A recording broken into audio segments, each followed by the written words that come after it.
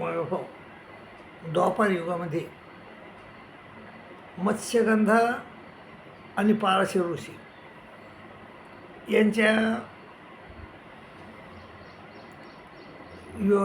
यांच्या संबंधातून एक पुत्र जन्माला आणि त्याचं नाव व्यास.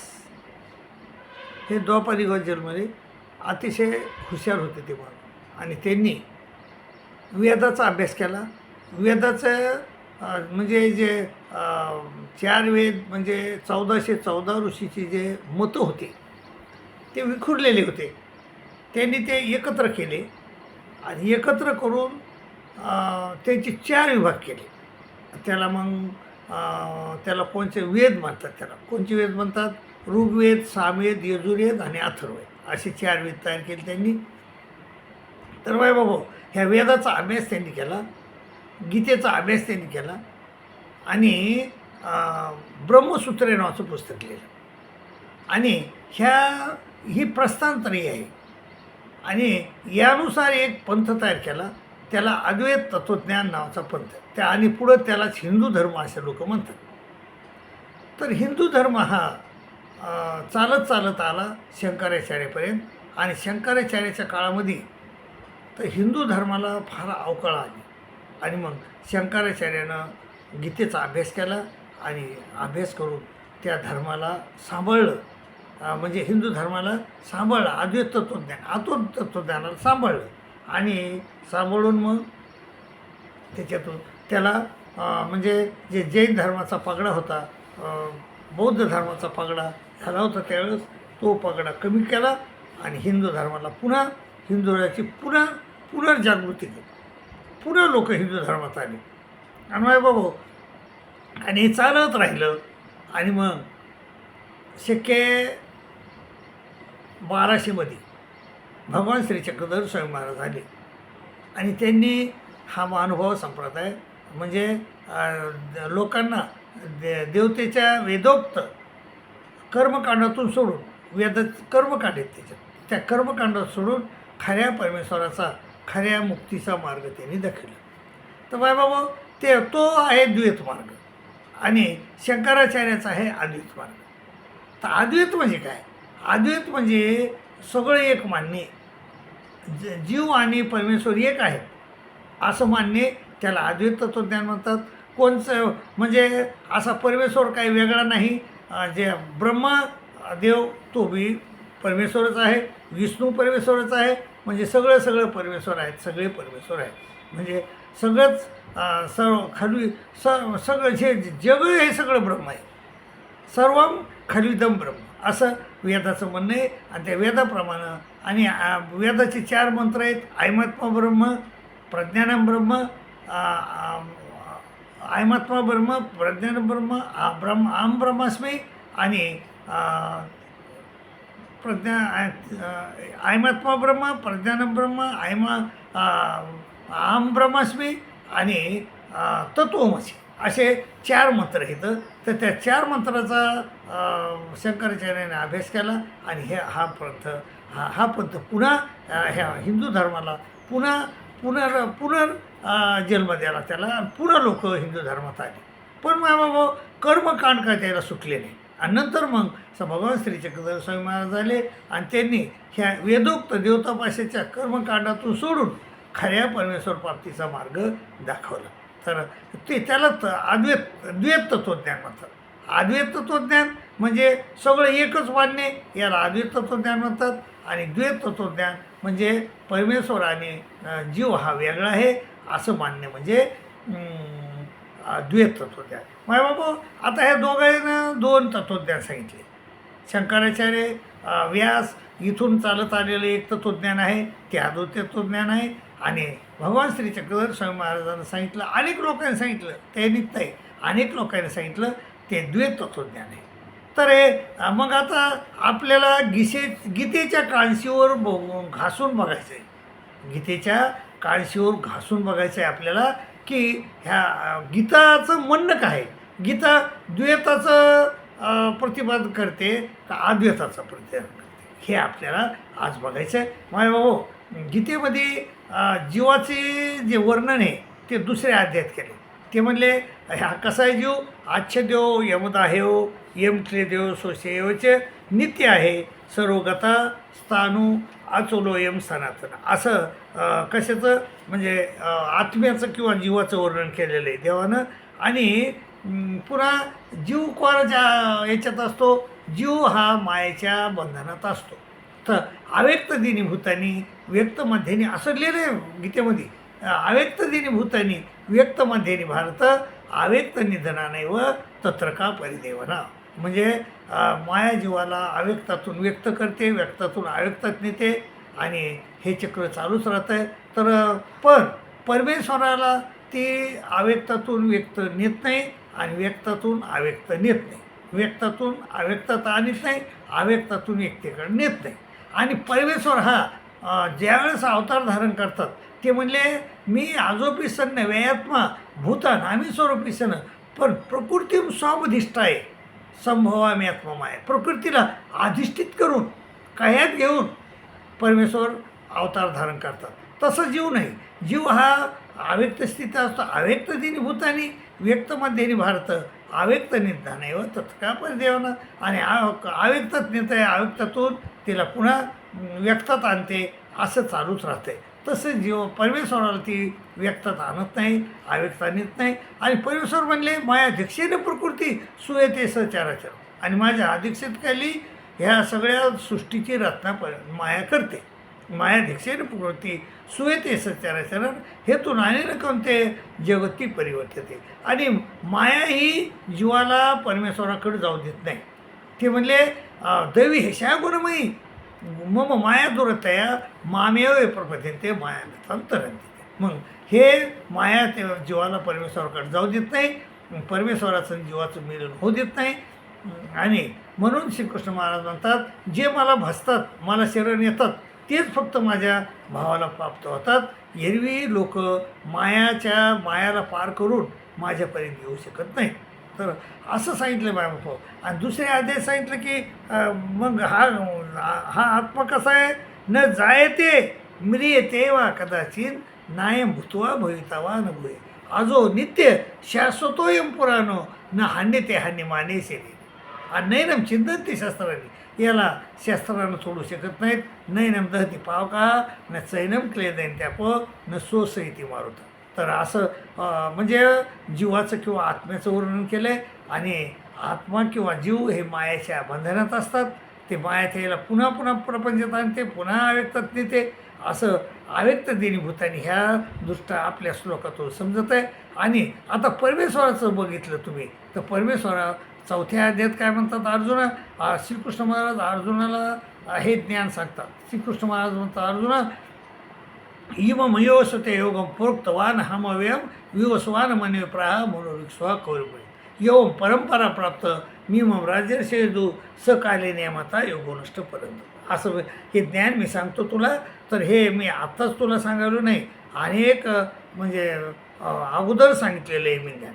मग हे तसं म्हणल्यानंतर अर्जुन म्हणतो देवा तुमचा तर जन्म अपरम होतो, जन्म परमजन्म विवस होता कथमेत द्विजान्याम तो माधोपुक्तवाणी ती. मग तुम्ही आता तो विवस्वान तर पूर्वीच आहे, तुम्ही तर आत्ताच येतं. मग तुम्ही त्याला हे ज्ञान सांगितलं हे कशावरून. तर श्रीकृष्ण महाराज त्याचं मत खंडून टाकतात. ते म्हणले अर्जुना बहुनिमे युतितानी जन्मानी तवचे अर्जुन तान्यहमेत सर्वांनी न त्वमेत परत. तुझे माझे अनेक जन्म झाले पण त्यातले तुला एकही आठवत नाही, मला सगळे आठवतात. बहुनिमे युतितानी जन्मानी तवचे अर्जुन तान्यहमेत सर्वांनी न त्वमेत परंत. कारण मी आजोपी आहे, मी अजन्म आहे, मला जन्म घ्यायची गरज नाही. आजोपी सन्न व्ययात्मा अव्ययी आहे, आजोपी सन्न रत्न आणि भूताचा ईश्वर आहे, सर्व प्राणी मात्राचा ईश्वर आहे. भूतान आम्ही स्वरूपी सण पण प्रकृतीला स्वामधिष्ठ आहे संभवा मयात्वमाय. आणि नेहमीचे तो का परमेश्वर सृष्टीत नाही. यदाही धर्मचे ग्लानिर्भूती भारत आमित्तानम धर्मशे तदात्मानम सुजाम्यहम. कधी कधी येतो, कशाला येतो, परित्राणाय साधूनाम विनाशायची दुष्कृताम धर्म संस्थापनार्थ आहे संभवामी युगे. कधी साधू रक्षण करण्यासाठी, दुष्टाचा नाश करण्यासाठी मी ह्या पृथ्वीवर येत असतो. श्रीकृष्ण महाराज आले आणि त्यांनी ते काम करून दाखवलं पाहिजे. आणि मग असा हा परमेश्वराचं वर्णन आणि जीवाचं वर्णन इथं आलेलं आहे. आणि त्यामुळं परमेश्वर आणि जीव हे वेगळे येतं. द्वैत आणि द्वैत तत्त्वज्ञान खरं आहे, अद्वैत तत्त्वज्ञानाला मान्यता गीतेनं दिलेली नाही. तर परंतु अद्वैतवाले बळच म्हणतात की गीतानं आम्हाला मान्यता दिली. ते श्लोक पुढं करतात, ते म्हणतात की ईश्वर सर्वभूतानां हृदय अर्जुन तिष्ठती. बरोबर आहे ना, ईश्वर सर्व भूताच्या हृदयात आहेच. आणि ते मग सर्वशी चहामृतशी निष्ठो. बरोबर आहे ना, परमेश्वरानं साऱ्या जगाला व्यापलेलं आहे, मग जीवाला व्यापलेलं आहे. मग आहे त्याच्या हृदयात. परमेश्वर हा त्याच्या हृदयात आहे. आणि परमेश्वर त्याच्या पंचामेनम चतुर्विधम 4 प्रकारचे अन्न पचितो. आणि गामाविषयीचे भूतानी धारायामी हमजसा पुष्णामी चौषधी सर्व सोमभूतवर सर्व. आणि ह्या पृथ्वी शिरून मी सर्व वनस्पतीचं मी पालन पोषण करतो, असं श्रीकृष्ण महाराजांना म्हणलेलं आहे. पण जीव असं करत नाही असं देखील त्यांनी म्हणले. याचा अर्थ असा की जीव हे करू शकत नाही, जे परमेश्वर करतात ते जीव करू शकत नाही.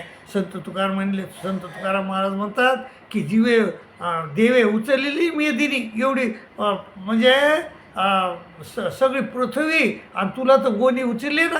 म्हणजे इथं अद्वैताला तडा बसतो मायबाभाऊ संत तुकाराम महाराजाच्या वचनावरून बी. आणि संत तुकाराम महाराज म्हणतात की आपुला तो एक देव करून घ्यावा, ये देवीने जीवा सुख नवी.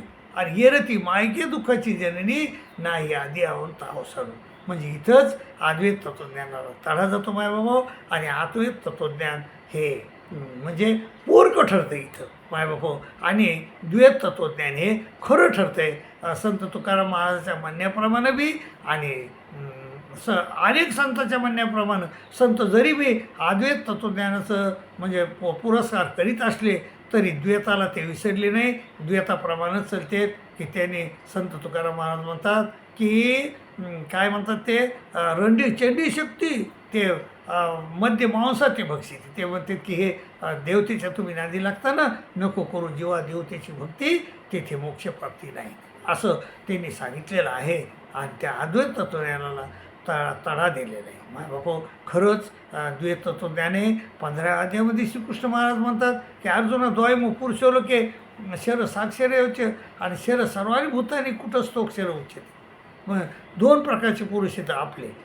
एक शरीर हे क्षर पुरुष आहे आणि मधात जो अक्षर आहे तो कुटस्थ अक्षर उच्चते. आणि त्याच्यापेक्षा परमेश्वर वेगळा आहे. उत्तम पुरुषस्तन्ने परमात्मे तुदावृत येवलोक त्रयमायशे बिभरते ईश्वर यस्मात अक्षरमतीतोह मग क्षराद पिचोतम आतोस्मी लोकवेदेचे प्रथित पुरुषोत्तम.